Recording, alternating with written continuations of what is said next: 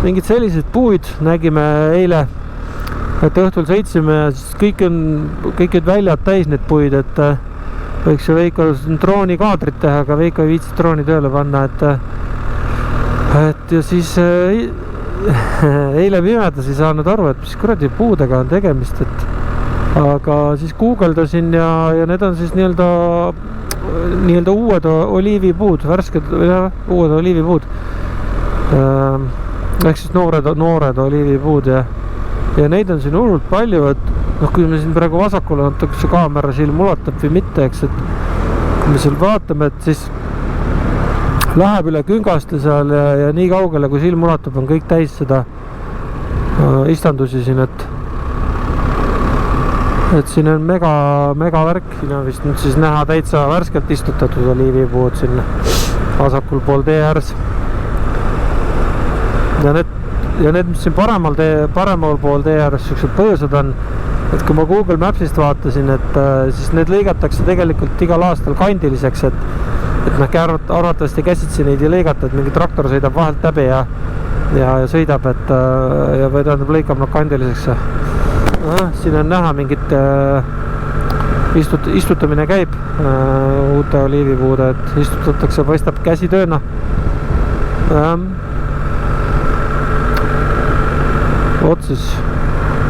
Otsis agriculture, siin on juba kõik põld täis neid. Äge. Siin on jälle need värsked või need noored oliivisalud paista ja need on niisugune kurvilisem tee ka. Siin on natukene väike lõik, et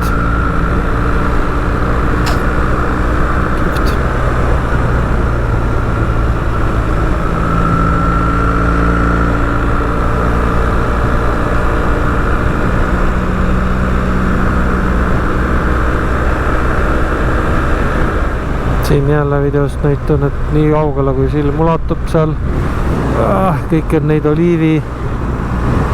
oliivi istandusi täis, et ei teadnud tegelikult, et siin Portugalis see oliivide kasvatamine nii popp on, et ei ole kunagi söön oliive küll kodus, aga see on tavaliselt neid Kreeka Kalmata oliive, et siis võib teinekord poest vaadata sellise pilguga, et kas on Portugali oliive ka meil Eestis pakkuda, et miks mitte.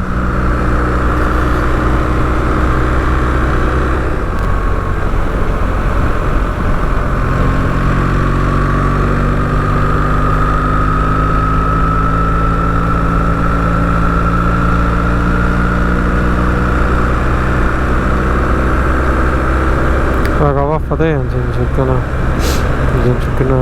uus tee ka, uus asfalt, mõnus niisugune kurviline.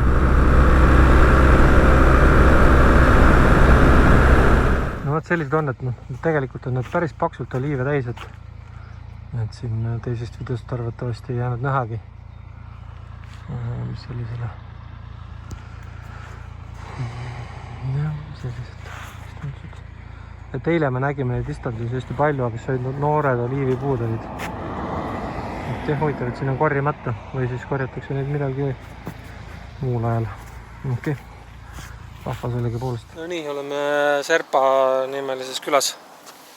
Et mõtlesime, et teeme poest väiksed snäkid ja lähme sööme oliivipuu all, aga ostsime ka juustu ja värki, aga kell on püks ja lähme sööme siis midagi päris sööki. Et päike tuli välja, väga mõnus soojane. Päiksevrille läheb vaja uuesti. Et parkime rattad ära ja lähme sinna, punane sild seal paistab. Lähme uurime asja, mis seal head süüa pakutakse. Paistab, et on nii popi kohaga tegemist, et on lausa järjekord ukse taga. Et huvitav, mis siin siis niimoodi head pakutakse. Piilame korra sisse. Aha, ja just ongi söögid järjekord. No ootame natukene. Vaatame, kas saame röögil. Võtsin mõlle seest. Pole viga. Aga jah, rääksin korraks juttu ka, et pidi olema mingi väga, või popp restoran siin inimesed seisavad järjekorras ja panime nime kirja ja siis pidi olema hea õlu. Kohalik Serpa õlu on hea küll. õlle ei maksa ka midagi, või noh, ei maksa midagi vale öelda, aga 1,20 per õlu restoranis. Püsik õllu. No vaatame, ootame järjekorra ära, et täna meil kiire ei ole. Ja ma õllutsin ja vaatame, kui meie nimi õisatakse, siis vaatame, mis sellest saab. Loobusime ikkagi ootamast, et jääb see restoran nukralt meil selja taha. Jäi neil meie raha saamata, et ootasin mingi pool tundi peaaegu, aga ei ole nagu seda nagu, et sealt löögile saaks. Mis sööme pitsat või midagi muud. Nii tuli üks pitsa kohta ja läheb hakkab kriitiliseks, minu kõht hakkab tühjaks minema, kell on 13.47. Siin aga päris palju inimesi ja Veika just luges kommentaar, et muidu oli siin hea koht, aga ooteaeg oli 45. Me oleme juba ooteaja seal ukse taga ära oodanud, et meil ei ole grammikeni enam ooteaega. Aga vaata, et inimesed siin õnneks söövad. Et väga palju neid inimesi ei ole, kellel sööd kees ei ole. Et siis äkki õnnestu midagi kiiremini saada. Ma eriti lühja kõhtu ei kannata. Nii lõpus saame söögid. Päris okei. Friikad ja liha ja riis ja loosime ja siis paneme edasi. Nii, lõunasöök tehtud. Läks meil tunduvalt kauem aega, kui plaanis oli. Kell on juba 3.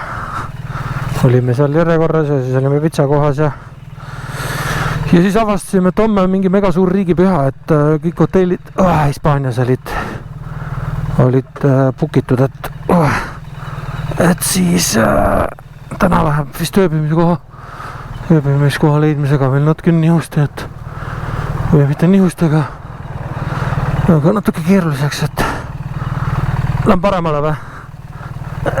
Lähen paremale, sest on lihtsam sõita siit välja. Vaatame, laseb ette.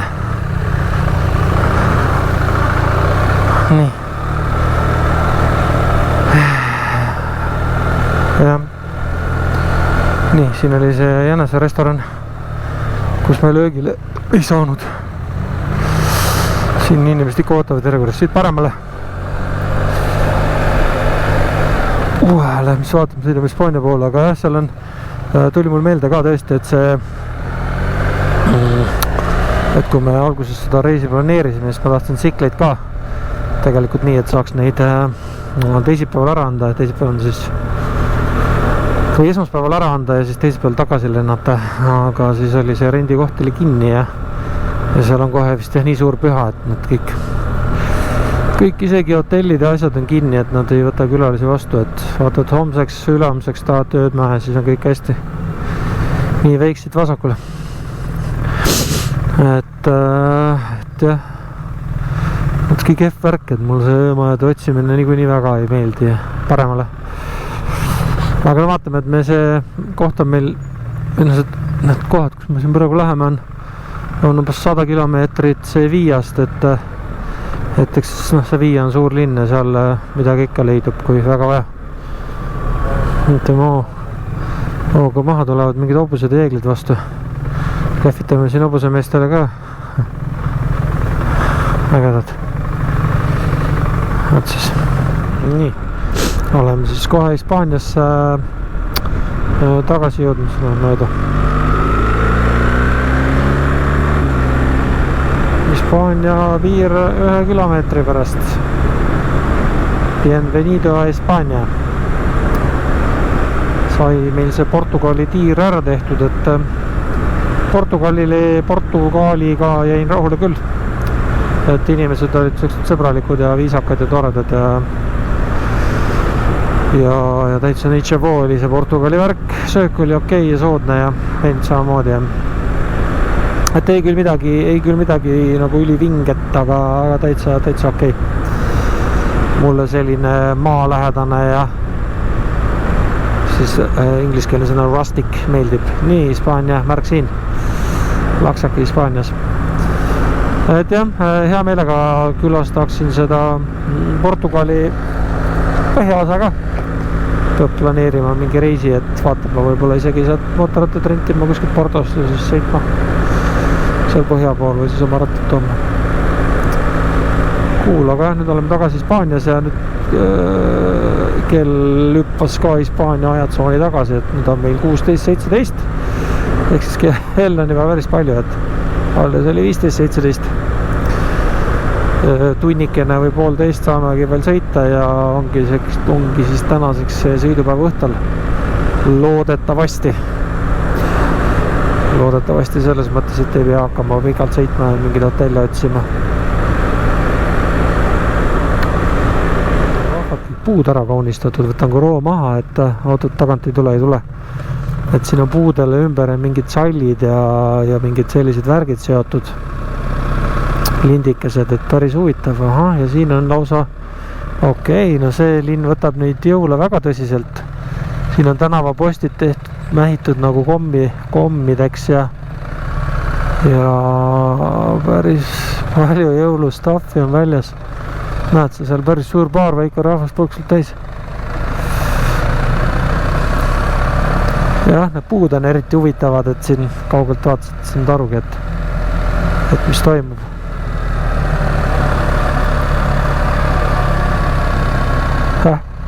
Naljaks. Nii, nägime siin teeres Iberica segasid. Et ma ei näevad siin ringi. Näitan kohe teise kaameraga ka lähemalt pilti, aga päris vahvad, ma ei ole neid niimoodi looduses näinud, mitte looduses, aga jah näinud. Nii, ärme tehmata, ma panen tsikli käima. Laksaki. Sealt jooksevad võidu. Sa vaat selle puualune täis neid.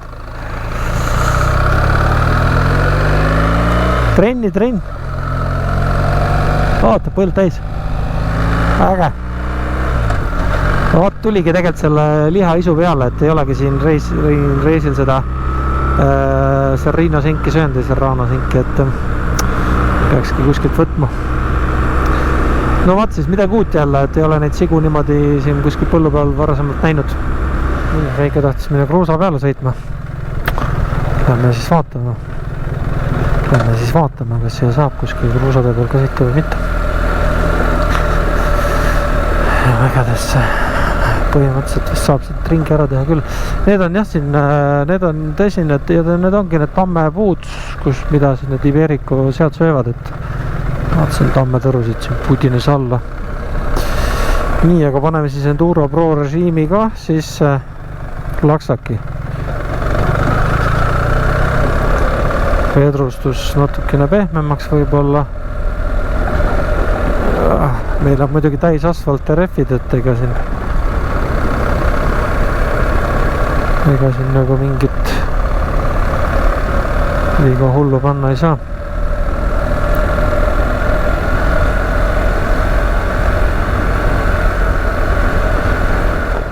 Jõudsime jõe ületuseni, aga ma usun, et Veiga teeb seal ära, väike on kuradi seiklusmees.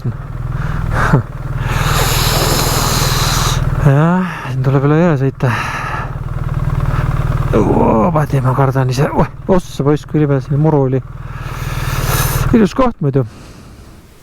On siit otsa ringi, et ega see Veika sinna ülesse niikuinii läheb. Aga muidu oleks täitsa tehtav. Padi.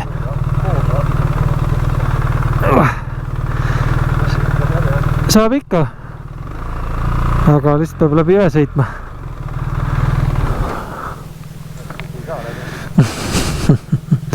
Ma ei tea, lähed sõidad läbi. Päris äge vaade siin, ilus roheline. Et ma arvan, et siit annab läbi küll sõita.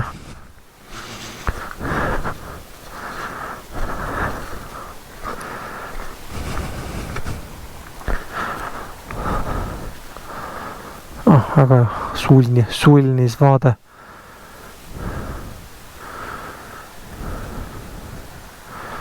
Mul on nii madalad saapad jalas, et need aga ega ei peagi kõndima läbi jõe, tuleb sõita. Nii, praegu ei hakanud seda jõeületust ette võtma. Madalad saapad jalas ja suverehvid, et varsti. Muidu oleks täiesti tehtav. Ja võiks ka täiesti huvitav olla, aga jah, praegu on riskid liiga suured, et seal midagi pekki keerata. aga väike vahepõige ikka sellele asfaltisõidule. Siin mingid farmid, värgid, särgid, lehmad.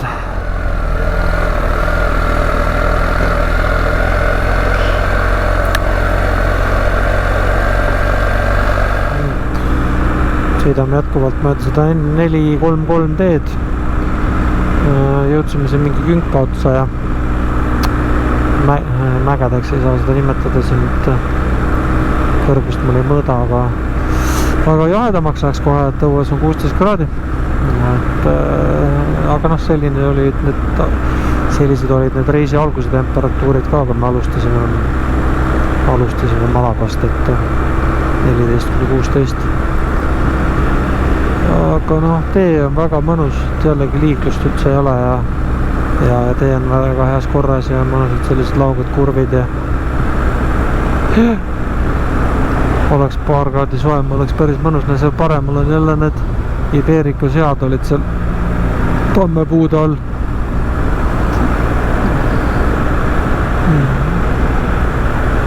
Päris hea elu neil sigadel siin looduses, et eks sellepärast see liha selline kallis ja kvaliteetne on ka.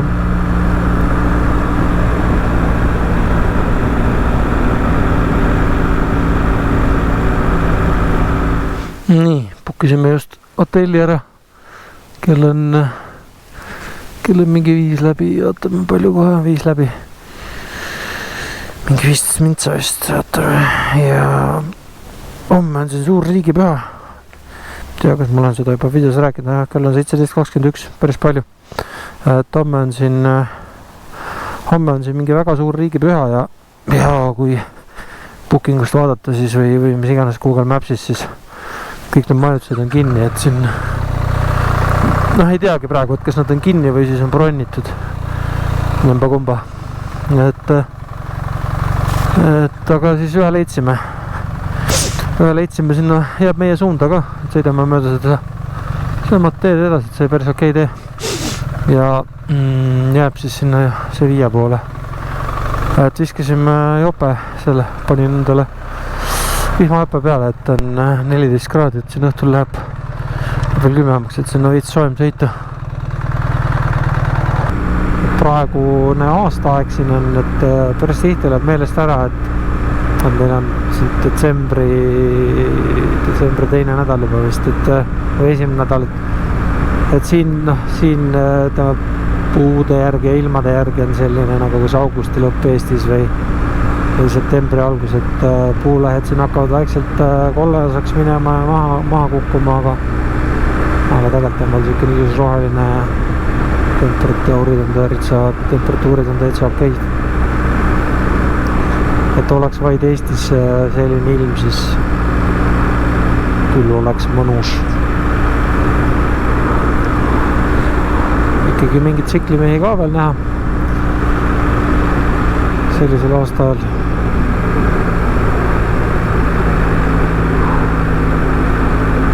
Jah, selle detsembri sõiduga võib-olla see asi on, et